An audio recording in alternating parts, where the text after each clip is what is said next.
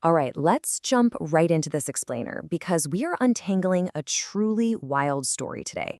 It's this crazy narrative where the world of wholesome, high stakes YouTube philanthropy just collides head on with a massive international cartel bust. I mean, the sheer contrast here is mind blowing. On one hand, you've got viral internet fame and a literal dream come true scenario, and on the other, a very real, very dangerous international drug smuggling operation. So, how in the world does a MrBeast challenge winner end up in the middle of a massive drug bust? The guy at the center of this hurricane is a 21-year-old pilot named Jabari Brown. Just picture this for a second.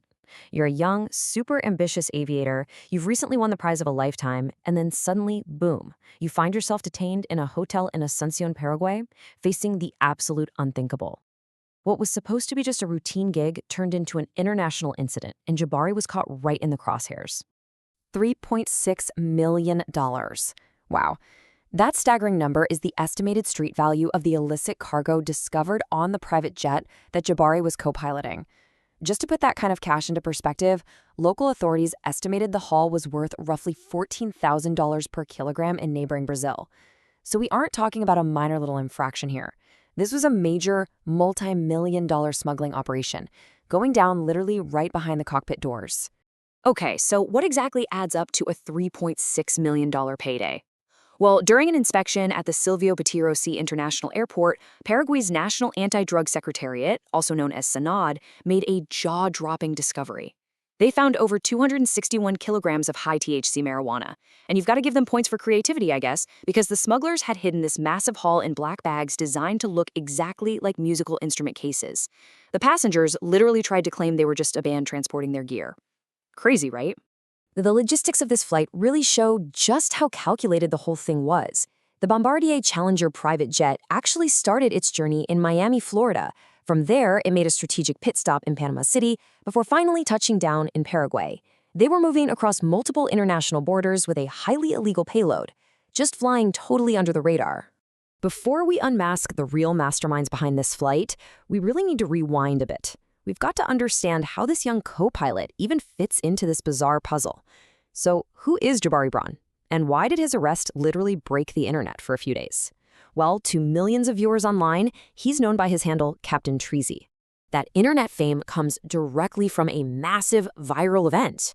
Jabari was the winner of MrBeast's huge 2025 YouTube challenge, 100 Pilots Fight for a Private Jet.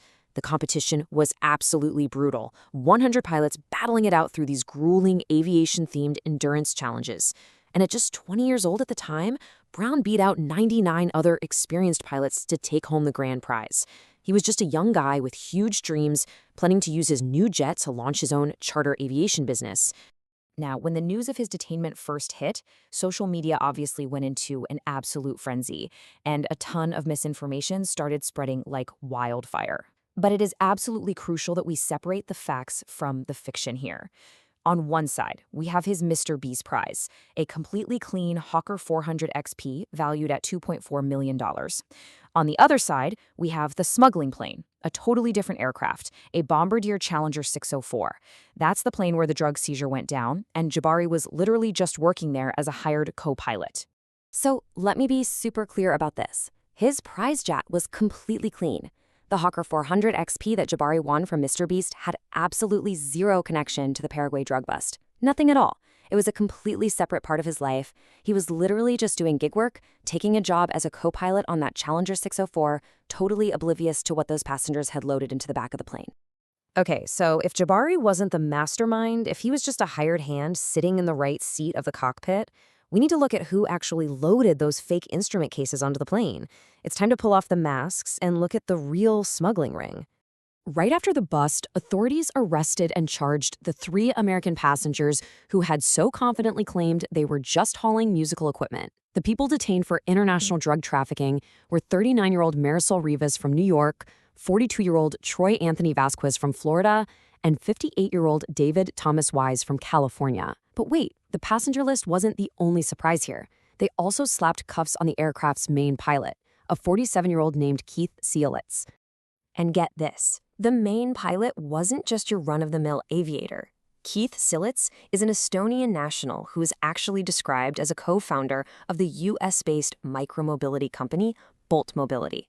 Seriously, this just adds another highly corporate, totally bizarre layer to this whole crime.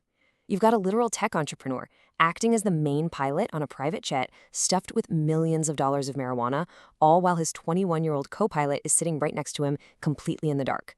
You can't make this stuff up. Fortunately, the justice system actually worked exactly the way it's supposed to for the innocent party in this mess. Paraguayan prosecutors launched a super thorough investigation into every single person on that plane. And what did they find when they looked into our young YouTube star? They concluded unequivocally that Jabari Brown had absolutely zero knowledge of the drugs on board. He was completely cleared of all charges.